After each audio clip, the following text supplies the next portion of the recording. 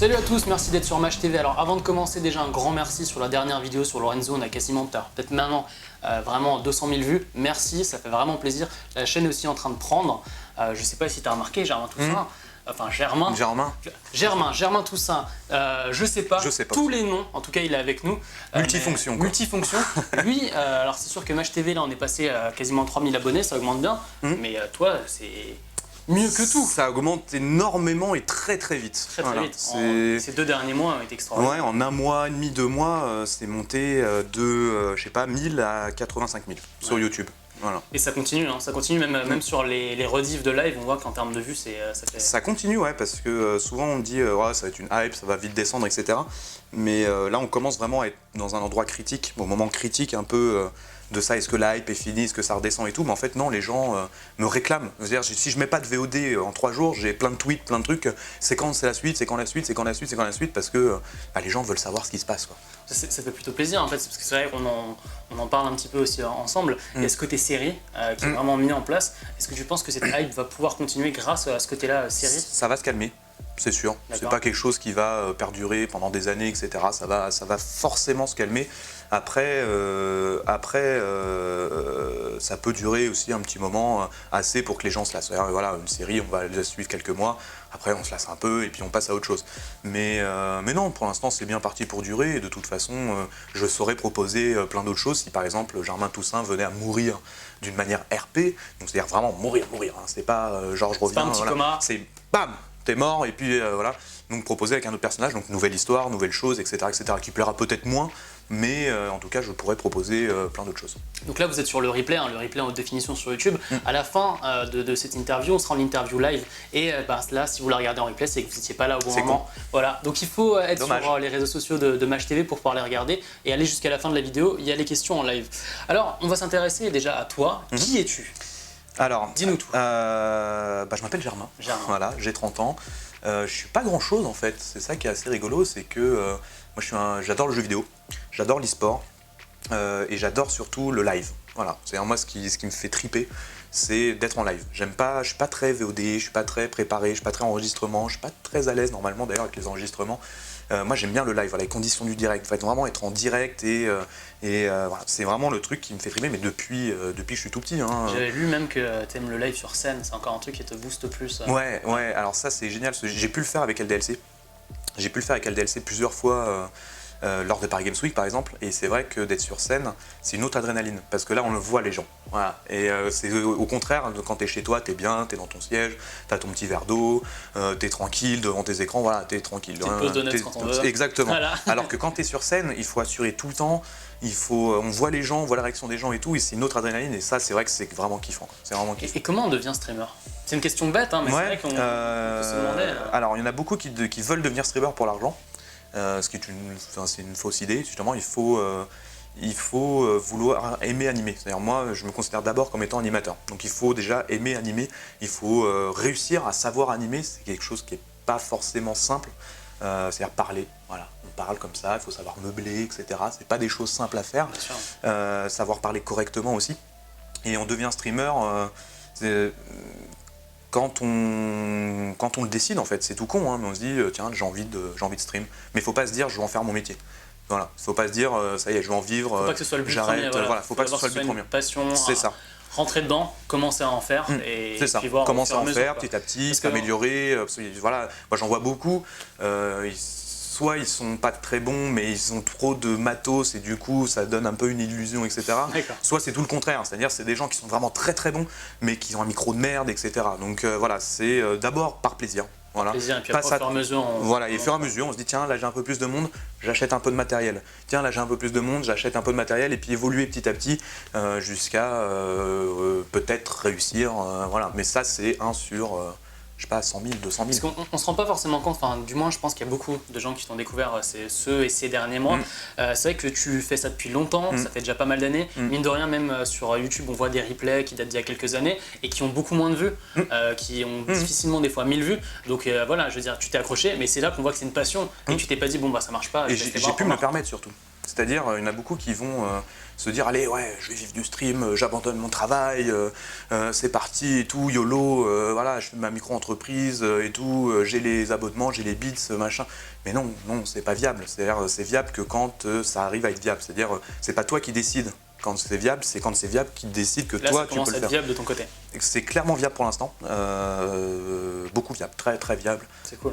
Mais ça peut s'arrêter du jour au lendemain. C'est-à-dire qu'il faut toujours garder à l'esprit que du jour au lendemain, ça peut s'arrêter parce que les gens vont passer à autre chose, ou les gens vont en avoir marre, ou parce que tu vas pas faire des trucs qui vont te plaire, ou ton évolution est nulle. Enfin voilà, ça peut s'arrêter du jour au lendemain. C'est ça, c'est pas un CDI. Hein. J'ai pas signé un CDI avec mes abonnés. J'aimerais bien, hein, mais j'ai pas signé. Si t'es abonné à vie, vous pouvez rien faire. Abonne-toi à vie. Et non, enfin voilà, ça marche pas comme ça. C'est-à-dire, en général, c'est pas soi qui décide, c'est quand on voit que ça peut marcher. Voilà, moi là je vois depuis 2 mois que ça marche et que je peux le faire, donc je le fais. Et j'espère que ça continuera encore longtemps. Mais il ne faut pas croire que du jour au lendemain, on va réussir à gagner des dizaines de milliers d'euros comme ça, d'un claquement de doigts, parce que juste on stream et qu'on fait un peu comme les autres, quoi. Voilà. Alors on va s'intéresser maintenant aussi à Germain Toussaint, donc ce fameux personnage RP. Alors qui est Germain Toussaint déjà d'une façon assez simple? C'est un DJ forain de campagne qui anime les mariages, les bar mitzvahs et les enterrements. Il fait aussi les enterrements, qui est maintenant policier, voilà. Et il est toujours un peu forain, il est toujours un peu DJ et il vient toujours un peu de la campagne, voilà. C'est un peu un beauf, hein, comme on peut dire. Et puis voilà, mais c'est un personnage aussi attachant, un peu crédule, un peu naïf, qui essaie de faire de son mieux et surtout avec son intellect qui n'est pas très évolué, hein, voilà. Et voilà, tout simplement, quoi. Maintenant il est policier, il aime son métier et puis il protège les gens, il est content. Alors ce qui est assez intéressant, c'est qu'au fur et à mesure, les traits de caractère, on s'en rend de plus en plus compte, mais on se rend compte aussi qu'il essaie d'un peu plus réfléchir, d'être un peu plus... oui, c'est... prendre du temps en fait sur ce qui se passe aussi. C'est l'évolution un peu, parce que tu peux pas tout le temps faire la même chose, ce serait pas drôle, ce serait chiant. Donc il faut bien que le personnage évolue, donc le personnage évolue un peu tout seul. C'est-à-dire, voilà, là, pourquoi il commence à réfléchir? Parce que il est avec une nana, donc voilà, il essaie de se responsabiliser, mais il le fait un peu mal, quoi. Il est un peu maladroit là-dessus. Mais c'est vrai qu'il faut que le personnage évolue, sinon on se fait vite chier, et s'il n'y a pas juste le même trait de caractère. Aussi des fois un petit peu dans alors, l'évolution. quand je revois certaines choses, ouais. C'est-à-dire que sur le coup même, voilà, ça passe, voilà, je fais pas gaffe, hein. Mais quand je regarde certains clips et tout, je fais ah ouais, je dis ça moi. Ah merde. Ouais, c'est quand même chaud, quoi. Et des fois tu te dis tu vas peut-être trop loin, ou des fois tu... Ah oui, oui, mais c'est en revoyant, quoi. C'est en revoyant, je fais putain, j'ai vraiment fait ça, quoi. Ce qui est très drôle, je trouve, c'est que des fois tu es dans le personnage et d'un coup il y a un truc avec un don, quoi que ce soit, tu reprends ta voix normale et tu parles et après tu repars dedans. Ouais. Cette dualité, des fois c'est pas compliqué, c'est une telle rapidité. Je suis peut-être bipolaire, je sais pas. Ça te fait du bien aussi, des fois, je jouer ce personnage. Ouais, enfin c'est toujours cool d'incarner un personnage en fait. C'est toujours cool de pouvoir se défouler, c'est une sorte de défouloir en fait. On peut imaginer que c'est un défouloir. C'est vrai que du coup, avec ce personnage, je peux me permettre plus de choses et m'exprimer autrement que je le fais dans la vraie vie, quoi.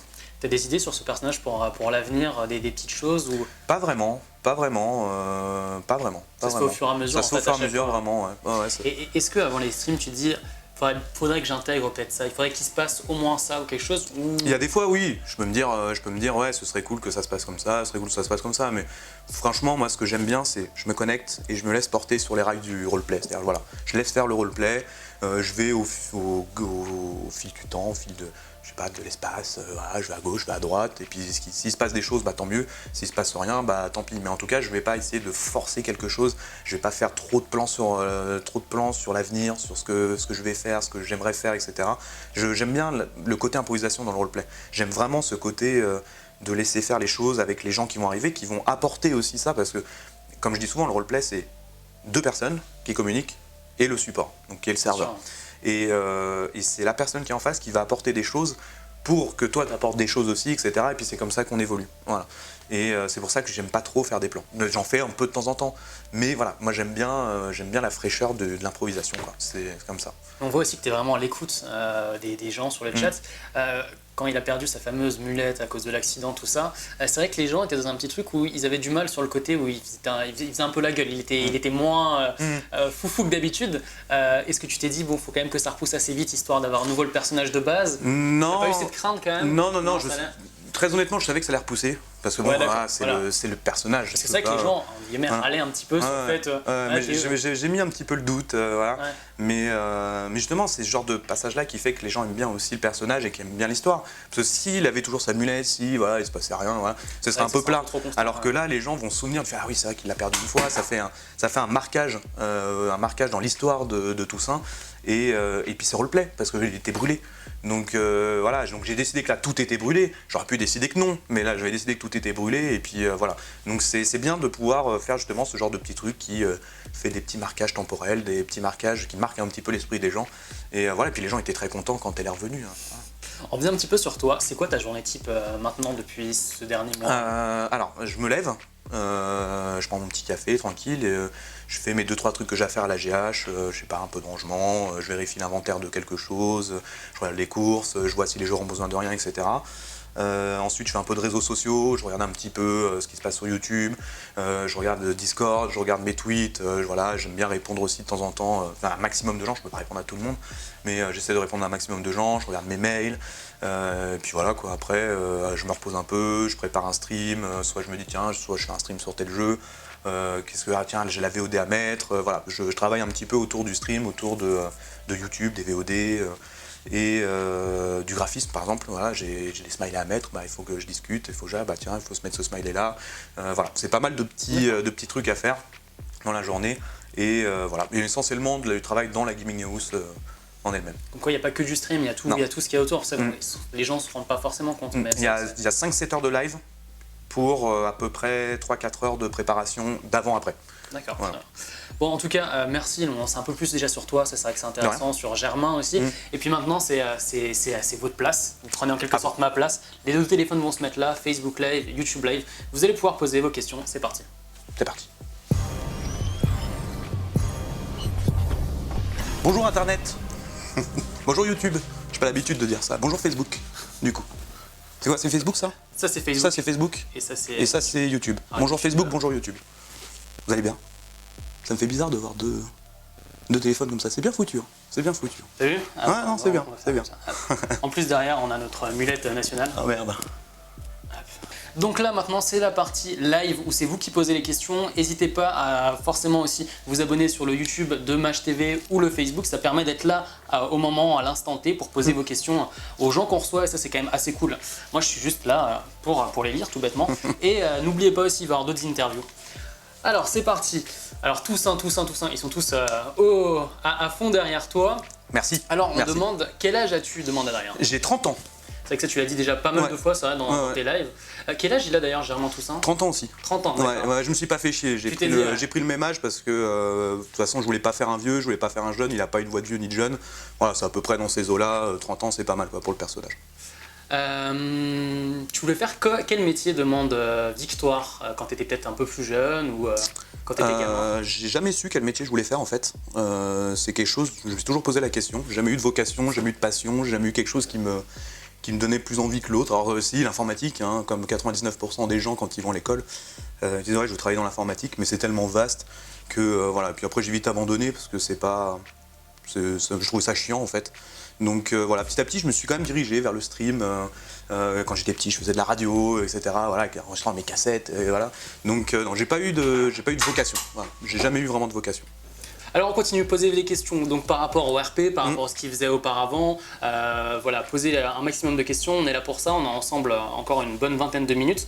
Alors je vais prendre aussi les questions un petit peu sur Facebook. Alors depuis quand tu fais du stream, demande Adrien? Ça fait entre 5 et 7 ans à peu près. J'ai commencé avant même que Twitch TV émerge, qui était Justin TV à l'époque, donc je faisais ça même avant Twitch. Et donc voilà, 5-7 ans à peu près que j'ai commencé mes premiers streams, mais c'était assez dispersé. Après j'ai arrêté 6 mois, après j'ai repris, après j'ai recommencé, etc. etc. C'est pas 7 ans non-stop de stream tous les soirs. C'est vraiment épisodique. Jusqu'à il y a 6 mois, 8 mois où je fais ça de manière plus régulière. D'accord. Il y a Zoiling qui demande quel a été ton premier jeu vidéo? Question difficile. Mon premier jeu vidéo, alors le premier qui m'a marqué vraiment, c'était plutôt la Mega Drive, même si je jouais un peu avant sur l'Amstrad, etc., avec Street of Rage et Sonic. Voilà, c'est les deux jeux qui m'ont vraiment, voilà, qui ont démarré ma vraie histoire dans le jeu vidéo. Il y a une question qui est intéressante de Mathias qui dit est-ce que tu fais partie de la team aussi de développement du serveur sur lequel tu joues? Pas du tout. C'est des gens que je connais depuis longtemps. C'est Kamak, quoi. C'est Kamak et son équipe. C'est des gens que je connais depuis très longtemps. Ça fait à peu près environ 3-4 ans, je les connais facile. Et je fais pas du tout partie du staff, mais ni en côté admin, ni côté développement, ni quoi que ce soit. J'ai rien à voir avec tout ça. Je suis un simple joueur. Voilà, mais simple joueur, ami avec le staff. Voilà. J'ai vu que comme quoi, souvent on te demande des questions, tu n'aimerais pas qu'on pimpe telle et telle chose et tout, et tu dis en fait l'un dans l'autre, c'est déjà très bien ce qui est proposé. C'est ça, moi je me contente de peu en fait, j'ai pas besoin de beaucoup, parce que c'est vrai qu'il y a, le problème c'est qu'il y a beaucoup de gens qui vont demander il nous faudrait ça, faudrait coder ça, et du coup ça gâche un peu le côté imaginatif du roleplay. Le roleplay c'est de l'imagination, c'est de la création, c'est de l'improvisation, et il y en a beaucoup qui jouent pas avec ça, et c'est un peu dommage parce qu'il faut savoir justement composer avec ce qu'il y a déjà. Après il y a des trucs pertinents, il y a des choses pertinentes qui sont sorties, mais moi j'ai pas besoin de beaucoup, hein. J'ai juste besoin d'avoir quelqu'un en face de moi et de parler, voilà, tout simplement. Il y a Otaku qui demande d'où vient ton délire du coin-coin. Alors, en fait c'était en mettant une des musiques de... c'est Freaks, non, Timmy Trumpet avec Freaks. En fait je trouvais que quand la musique part, ça fait ça faisait un bruit de canard malade. Et en fait c'est parti d'un peu un foutage de gueule, entre guillemets, c'est pas un foutage de gueule, mais on va dire un petit peu de dérision par rapport à cette musique, et c'est devenu un délire. Voilà, je commençais à dire coin-coin, sortez les coins-coins, et puis c'est resté, et puis voilà quoi. Il demande pas mal de questions aussi par rapport à ce personnage donc de Germain Toussaint. C'est vrai que tu en as déjà un petit peu parlé, le nom ça vient donc du journaliste, il y a un côté DJ, est-ce que tu peux nous en dire un peu plus? Ouais, en fait c'était à la base, vraiment la base de base, c'était un personnage one-shot journaliste, voilà, sur Arma 3, que j'ai fait 2 fois. Et après en fait c'est en recevant ma carte son que j'ai actuellement, donc une carte son externe, je voyais qu'il pouvait faire de la reverb et je fais oh putain c'est comme les DJ, comme les forains, etc. Et puis j'ai commencé à délirer tout seul, et puis je vais faire un personnage sur Arma 3, je l'ai fait 2, 3, 4 fois, je sais plus, et puis voilà quoi. Après c'est un peu resté, c'est un personnage de réserve, un personnage one shot. Et puis voilà quoi, c'est tout bête, hein. C'est vraiment le délire de la reverb, le bouton de la reverb sur ma carte. Et ça a commencé comme ça, et puis j'ai fait oh putain, c'est vraiment le forain quoi. Et du coup voilà, c'est resté. Je vais prendre une question qui est sur Facebook, donc de Kevin Adam, qui a une question intéressante qui dit est-ce que c'est pas gênant pour toi le fait qu'on te reconnaisse vraiment sur le nom de Germain Toussaint, peut-être un peu moins sur je sais pas ou alors oui et non, oui c'est un peu gênant.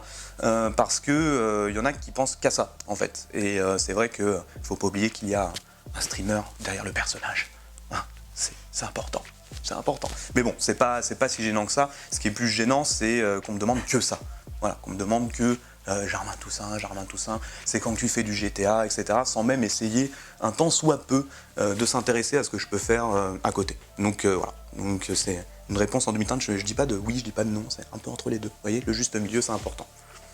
Voilà. Pas de problème. Vous allez bien sinon? Ça va?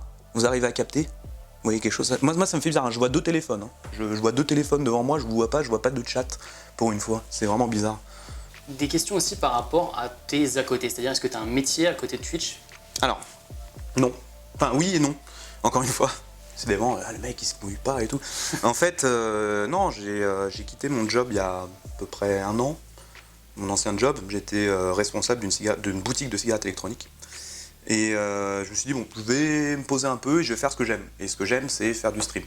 Donc voilà, donc c'est ce que j'ai fait, c'est à présent. Et en fait, là maintenant, je suis très souvent à la Gaming House Team LDLC, où je vais travailler un petit peu là-bas pour l'intendance, pour, je sais pas, faire le ménage, pour voir, bah, il manque ça, il faut acheter ça, voilà, un peu le Alfred de la maison, voilà, c'est un peu ça, et voilà, c'est un peu pour que les joueurs, nos joueurs de Team LDLC soient vraiment dans des conditions parfaites, donc voilà, je mets un peu de ma personne pour que les conditions et le cadre soient nickel. Donc voilà, c'est un boulot, parce que c'est payé, mais c'est plus par plaisir, parce que maintenant Team LDLC c'est des amis, voilà, les patrons de Team LDLC, etc., c'est plus des amis qu'autre chose, parce que ça fait très longtemps que je suis là-bas, donc je suis plutôt content de filer un coup de main comme ça pour que les joueurs soient vraiment dans des conditions idéales pour remporter des tournois, parce que c'est important. On parle beaucoup de ton t-shirt Goldé là. Ah oui, bah oui, évidemment, évidemment. Beaucoup l'ont acheté, hein, merci beaucoup d'ailleurs. Oui, je l'ai mis aujourd'hui, c'est le hasard total. Hein. J'ai pris mon premier t-shirt ce matin. Tombé sur celui-là. Voilà, tombé sur celui-là, quel hasard. Et par rapport à ce t-shirt, alors je sais que tu voulais en vendre une cinquantaine, tu es à quasiment 500. Est-ce que tu penses que tu vas continuer à en revendre ou il va Alors il va y avoir, je suis en train de penser à un shop, effectivement. Je suis en train de penser à un shop, on est en train de voir ça, comment on peut faire, etc. Ce sera pas forcément celui-là. Je pense que celui-là, je vais le laisser en édition limitée, voilà, pour les premiers qui ont acheté les t-shirts. Voilà, d'ailleurs c'est un très beau dessin de Yojimbe, hein, Yojimbe si tu me regardes, voilà, et je pense, attention, je dis pas, faut jamais dire jamais, hein, parce que si je le ressors et je dis non et que je le ressors, je vais me faire engueuler, mais je pense que celui-là je le ressortirai pas, mais il y en aura plein d'autres, il y a plein d'autres designs, etc. Limité, voilà, pour l'instant c'est bon, mais pour la petite parenthèse, je pensais que le t-shirt était dispo que 2 jours au début. Ensuite, elle a été dispo 5 jours et là, il est toujours dispo. Et je comprends pas pourquoi en fait, parce que normalement, quand on fait une campagne Twitch, c'est un certain nombre de jours, ça s'arrête et puis point barre. Oui, ils arrêtent et puis là, je sais pas, ça reporte. Donc je suis en train de voir ça pour qu'ils arrêtent de les vendre. Parce que j'ai plus envie de le vendre en fait. C'est pas que j'ai plus envie de le vendre, c'est que voilà, je voulais garder cet esprit de c'est le premier t-shirt. Voilà, on garde un petit peu en mode voilà, c'est un peu édition collector. Voilà, c'est pour vraiment les premiers quoi, les vrais ceux qui sont arrivés. Les autres vont changer de dessin, vont changer de. Non, ouais, j'ai déjà des dessins. Je suis en contact avec des dessinateurs j'ai déjà un autre design là, qui est déjà prêt. Et je suis en contact avec d'autres dessinateurs, on va travailler dessus et on va essayer de sortir une petite gamme de plusieurs t-shirts pour le plaisir. Bon, bah, en tout cas, vous le savez, il va y avoir des t-shirts qui arrivent très très bientôt. Donc ça va être cool. Et puis bon, bah, en tout cas, sur les 500 premiers, bah, vous avez eu une édition limitée sans le savoir un peu en quelque sorte. C'est ça. Mais voilà. Combien on parle encore de la team LDLC. Quentin demande combien il y a de personnes qui font partie de cette team. Alors, combien, je ne sais pas exactement, mais ce que je peux dire, c'est qu'il y a donc le staff. Le staff, c'est environ entre 3 et 5 personnes à peu près. Après, on a une équipe Overwatch de 7 personnes. On a une équipe Counter-Strike de 7 personnes aussi. On a une équipe League of Legends d'à peu près 7 personnes aussi. On a une équipe FIFA où ils sont 5 ou 6, je crois. Et je crois que j'oublie rien. Donc LoL, Overwatch, Counter-Strike, FIFA. Voilà. Pour le moment ça. Mais ils sont pas tout le temps à la Gaming House. Hein. Attention, hein, ils sont pas tous à la Gaming House tout le temps, je tiens à le préciser parce que je vois les questions arriver, genre ils sont autant dans une Gaming House. non.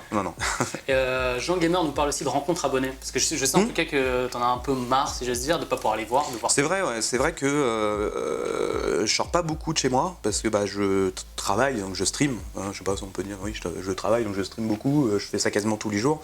Et en fait, je me rends pas compte. C'est-à-dire, c'est un peu casse-gueule de se dire je vais faire une rencontre abonnée et puis on va se retrouver à 3, même c'est toujours cool. Hein.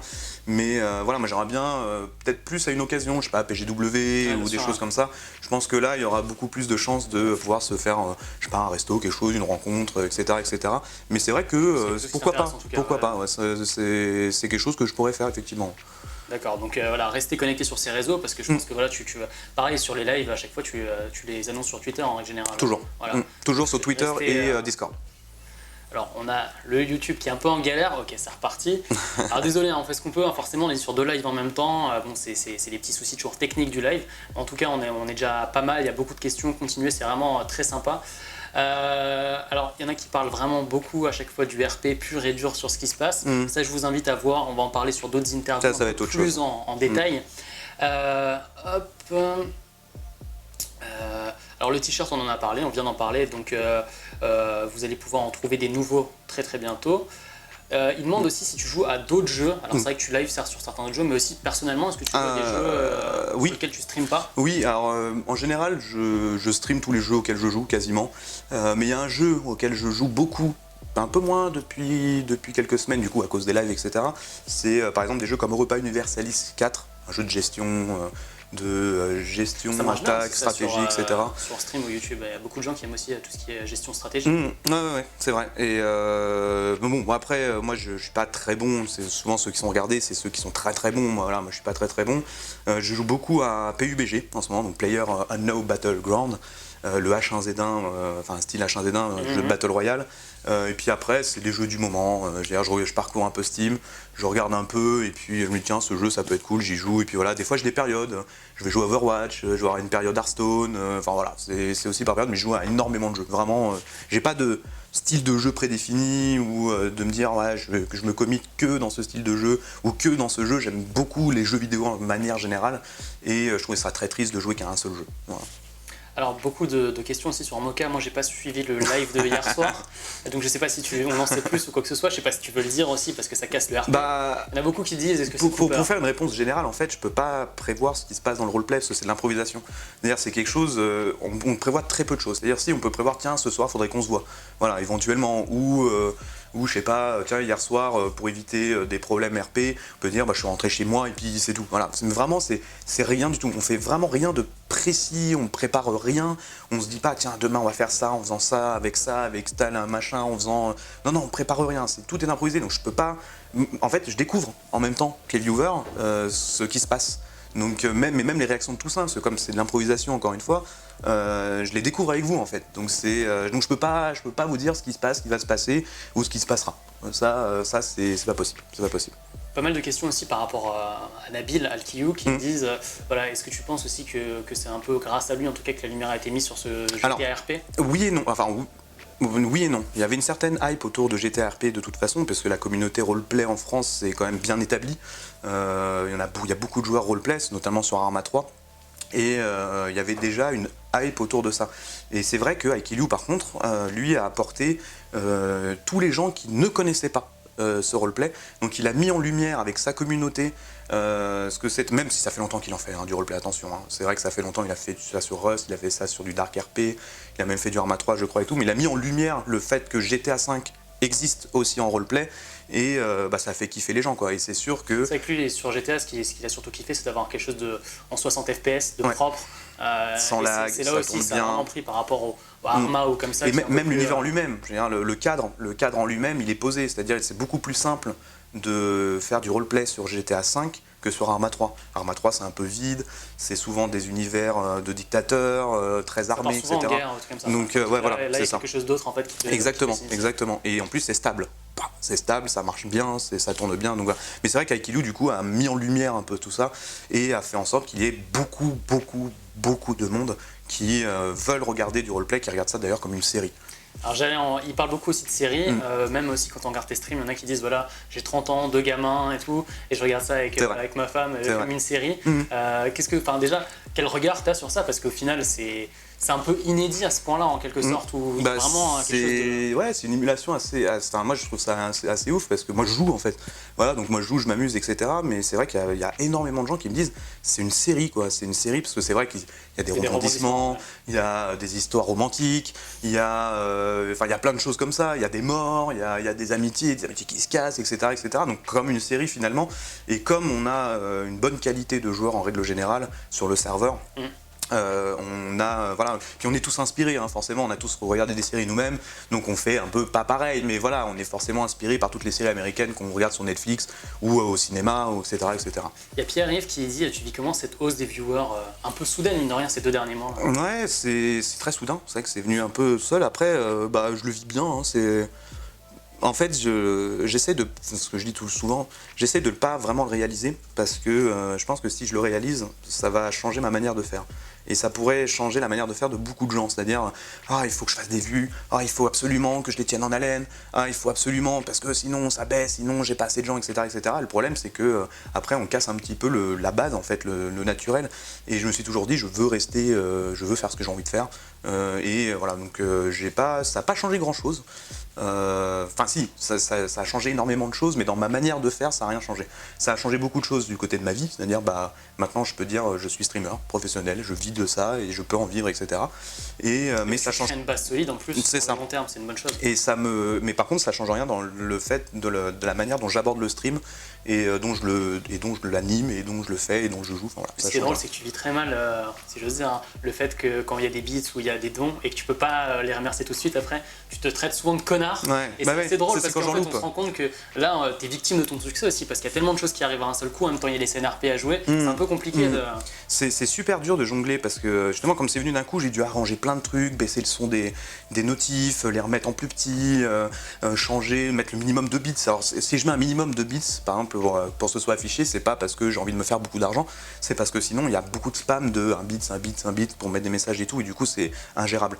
Donc, j'étais obligé de augmenter un petit peu tout ça. Il y a plein de petites choses que j'ai dû faire d'ajustement, et c'est vrai que moi, je trouve que d'oublier quelqu'un qui a pris le temps, qui a qui a pris sa carte bleue ou son PayPal et qui s'est abonné chez toi parce que par plaisir, parce qu'il kiffe, et de l'avoir oublié, je trouve que je suis un gros connard de l'oublier. Donc c'est pour ça, c'est hyper frustrant, et j'essaye de ne pas le faire, ou alors trouver des petits moments, mais des fois il y a tellement de notifs que c'est très difficile de trouver même un temps, même 5-10 minutes pour remercier tout le monde. Mais j'essaye de le faire au maximum, et voilà. Bon, en tout cas, de ce côté-là, tu essaies de faire au mieux, c'est ça quand même, je pense qu'ils le ressentent. Il y a une question d'Olivier qui est pas mal. Quels sont les traits de caractère que tu partages avec Germain Toussaint? Je dirais le principal trait de caractère que je partage avec Germain Toussaint, c'est le fait qu'il ne soit pas sexiste. Monsieur Toussaint, il est un peu, là, il commence à l'être. Il commence un petit peu à l'être quand il a demandé à Elina de lui faire des sandwichs et de changer les draps. Mais voilà, c'est plein de petits détails, Mais après, ça reste un personnage, hein, et évidemment, tout ce que je dis et tout ce que je fais avec Germain Toussaint, ce n'est pas moi qui le ferai.